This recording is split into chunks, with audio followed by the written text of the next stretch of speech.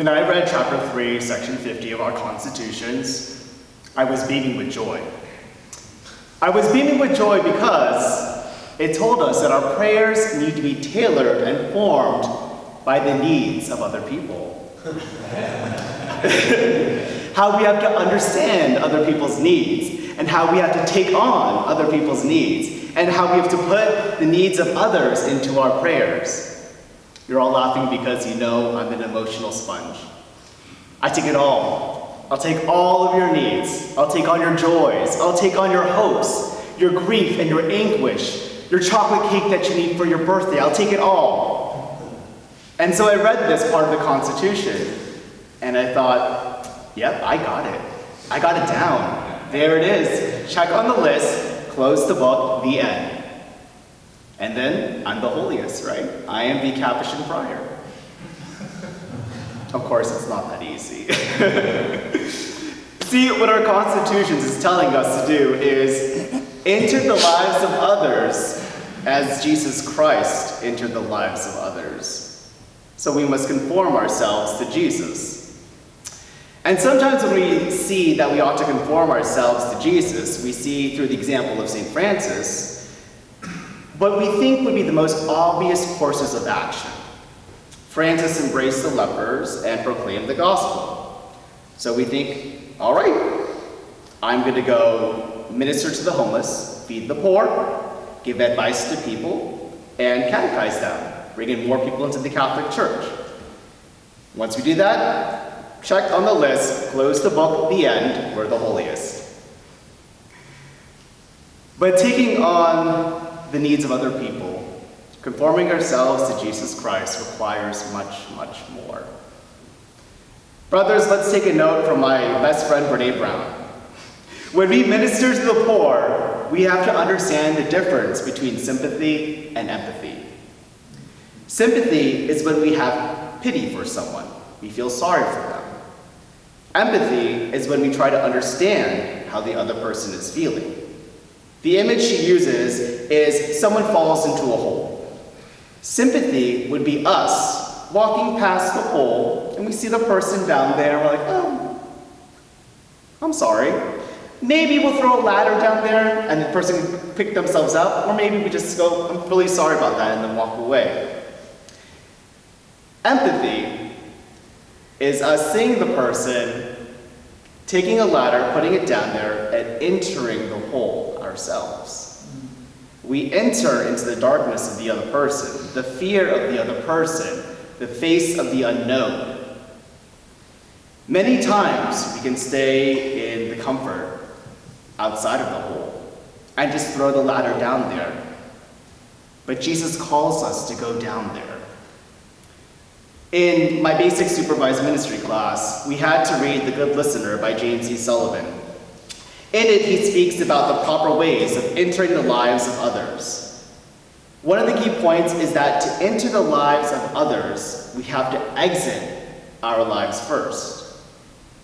Exiting ourselves is quite difficult because we carry within ourselves certain viewpoints, certain ways of processing the world and how we respond to that. Then, when we enter another person's world, we try to understand their perspective, not judge them, and try to recognize and mirror back their emotions. It's not necessarily agreeing with the other person, being their cheerleader the entire time. I could still enter into another person's mindset, but still disagree with the other person. What's important is that when we see the things from their perspective, we try to understand where they're coming from. For instance, maybe someone thinks that men shouldn't cry. Then when we ask more questions and see it from their perspective, we find they were raised by a single mother who said emotions were weak. Or someone thinks the Catholic Church is full of hypocrites. Then we listen some more. Their parents used to attend Catholic Mass and then beat them after Mass. Brothers, when we enter into the lives of other people, it's not pretty. It doesn't feel good, and it's not fun. Because conforming ourselves to Jesus, who took on our humanity and also took on our sins, is a reality that's super uncomfortable.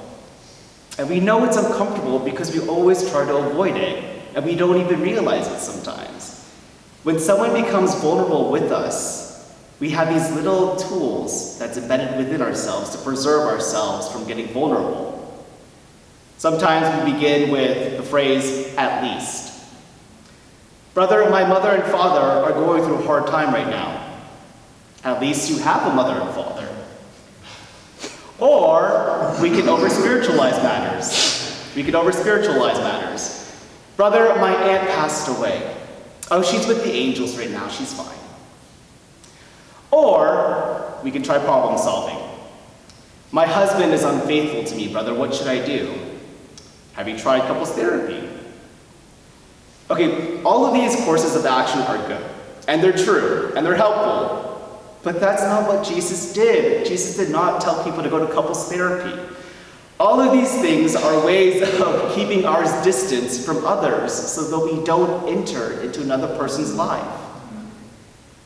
So brothers, when our Constitution says that being mindful of and concerned for people's needs and experience, as Jesus was, who took on our very human experience and took on our sins, it requires work from us. Avoiding sympathy, embracing empathy, exiting ourselves, entering another, being careful of sentences with "at least," or spiritualizing matters, or problem solving. Because conforming ourselves requires the grace of compassion. So I began with sympathy, empathy, then there's compassion. Sympathy is throwing the ladder down into the hole so the person can get up. Empathy is throwing the ladder down and entering the hole with the other person. But compassion is the two of you getting out of the hole together.